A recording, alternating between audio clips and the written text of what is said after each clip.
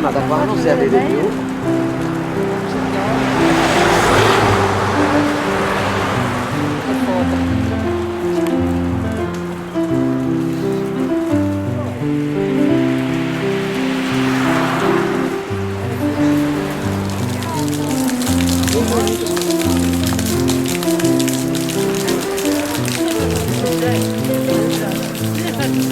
Ce l'avete? Ecco, vedete ci ritrovate gadget, libretti, foto, tante di queste cose legate al lago, ma soprattutto alla villa, quindi se vi sarà piaciuta vi potete anche accattare dentro, c'è la casa museo. Vi ricordate che ieri vi ho detto la differenza tra un museo?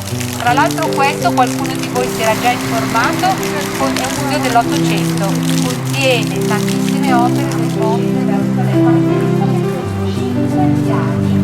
5 terrazzamenti sui quali è disposto un giardino e noi appunto adesso diciamo cominceremo poi dopo e vedremo la parte più ampia che sta alla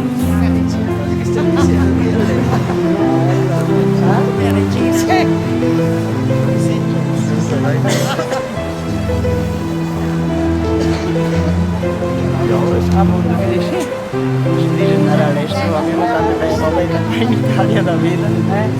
Sta tanto all'estero, ho fatto delle cose che non devo fare. Guarda che mi faceva anche.